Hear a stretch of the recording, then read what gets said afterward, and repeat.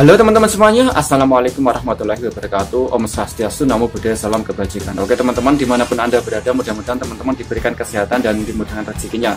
Amin Allahumma amin. Oke, tema kali ini adalah tentang budaya dan bahasa, di mana bahasa Indonesia ini adalah karya dari negara Indonesia sendiri. Begitupun juga bahasa Melayu adalah karya dari negara Indonesia. Perlu orang-orang Malaysia ketahui bahwa bahasa Melayu yang dipakai oleh Malaysia sendiri adalah produknya asalnya dari Indonesia, karena Indonesia ini adalah tongkat estafetnya, adalah kerajaan Sriwijaya Majapahit adalah tongkat estafetnya di Indonesia ya teman-teman, karena Indonesia hampir menguasai seluruh Nusantara, hanya kepotong Malaysia, Brunei, dan Singapura. Oke teman-teman, oleh sebab itu saya akan mereaksi tentang warga negara Malaysia yang mereaksi tentang bahasa Indonesia. Oke teman-teman, saya share video yang satu ini, tonton sampai selesai, jangan lupa like, comment, dan subscribe. Nah, ini dia 5 perkara yang orang Malaysia, kita juga yang kagum dengan Indonesia. Nah, kita ingin dengarkan apa yang dia katakan, 5 perkara yang saya kagum dengan Indonesia. Ya, kita lihat ya, abang ini apa bilangnya. Jadi dalam 3, 2, 1, and go. Assalamualaikum. Okey, ini saya nak membicarakan mengenai 5 kekaguman saya kepada negara Indonesia. Oper tertinggi. Ya benar. Kekaguman pertama saya kepada Indonesia ialah kerana mempunyai rakyat yang mempunyai semangat patriotik yang tinggi. Jika kita melihat setiap tahun semangat sambutan Hari nasionalisme Kemerdekaan Indonesia, rakyat Indonesia akan mengibarkan bendera Indonesia dengan begitu megah. Bahkan sambutan Hari Kemerdekaan Negara Indonesia telah diadakan dengan begitu meriah, di mana bukan sahaja sambutan di peringkat pusat, peringkat wilayah, peringkat daerah, bahkan di peringkat kampung sendiri pun mempunyai sambutannya tersendiri. Bahkan NGO Indonesia begitu bangga mengadakan sambutan kemerdekaan Indonesia, bahkan mengadakan upacara menaikkan bendera Indonesia walhal di pedalaman sekalipun. Ini sesuatu yang kita perlu contohi. Kemudian yang kedua, kita boleh tengok rakyat Indonesia begitu bangga dengan Pancasila.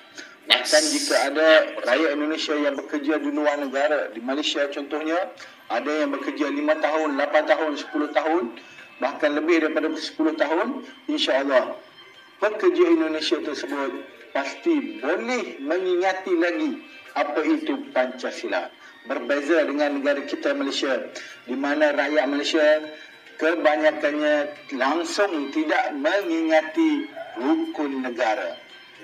Bahkan lebih malang, sebahagian kecil rakyat Malaysia sendiri tidak menguasai bahasa kebangsaan, sehingga kan di mahkamah mereka memerlukan penterjemah untuk menterjemahkan sendiri bahasa Melayu ke dalam bahasa ibunda mereka, kerana mereka tidak faham langsung bahasa kebangsaan. Ini sangat malang bagi Malaysia, dan perkara ini berlaku kerana kurangnya semangat patriotik dalam diri rakyat Malaysia. Dan kalau kita tengok di Indonesia, bangsa-bangsa lain, orang Cina, orang India dan sebagainya, sekarang ini mereka mempraktikkan bahasa Indonesia dalam kehidupan mereka, walhal bercakap, bahkan bercakap sesama ahli keluarga mereka. Ini perkara yang kita perlu tiru. Betul. Okey, seterusnya kekaguman saya yang kedua ialah kerana Indonesia mempunyai pemimpin yang sangat tegas. Ya, yang saya masukkan ialah Presiden Indonesia sekarang, iaitu Joko Widodo ataupun dikenali sebagai Jokowi.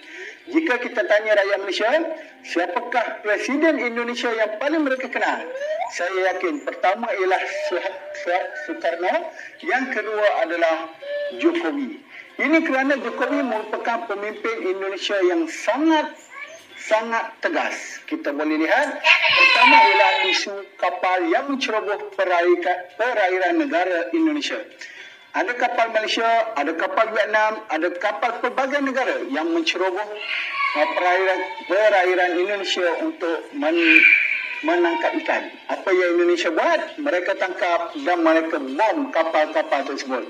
Ini sebenarnya menakutkan penceroboh-penceroboh daripada menceroboh perairan Indonesia. Betul juga. Yang kedua, kita melihat apabila ada kapal China, kapal tentera China yang menceroboh kedaulatan Indonesia, kedaulatan perairan Indonesia, Presiden Indonesia dengan tegas menghantar tentera laut Indonesia dan juga nelayan-nelayan Indonesia turut bersama untuk mengusir kapal tentera laut China tersebut. Namun di Malaysia pada waktu itu menteri kita hanya mengatakan elephant fight elephant, the grass will suffer. Ini sangat memalukan Malaysia. Kerana kita tiada semangat untuk melawan, semangat yang tegas untuk mempertahankan hak kita. Syabas Indonesia. Kekaguman yang ketiga, ini orang Malaysia sendiri yang saya kepada Indonesia ialah sikap rakyat Indonesia kita sendiri yang malu, yang suka bekerja. Kalau kita tengok ramai imigran ataupun pendatang ataupun pekerja yang datang bekerja di Malaysia. Namun kebanyakan pekerja-pekerja tersebut adalah malas. Contoh yang jelas ialah Bangladesh. Ramai rakyat Bangladesh datang bekerja ke Malaysia, namun mereka ini selalu mendapatkan MC ataupun dalam arti kata lain cuba untuk konten kerja. Namun berbeza dengan orang Indonesia, mereka sangat rajin bekerja dan kebanyakan pekerja-pekerja Indonesia tersebut ada yang sudah menjadi tuan ataupun toke dekat negara kita. Okey, ini disebabkan usaha mereka. Kebanyakan orang Indonesia apabila mereka punya modal, mereka akan menyewa tanah dan menanam tanah tersebut dengan pisang, kelapa dan sebagainya. Kemudian mereka akan mendapatkan hasil yang lebih banyak dan mereka akan terus menyewa tanah dan kemudian mereka menjadi toke di negara ini.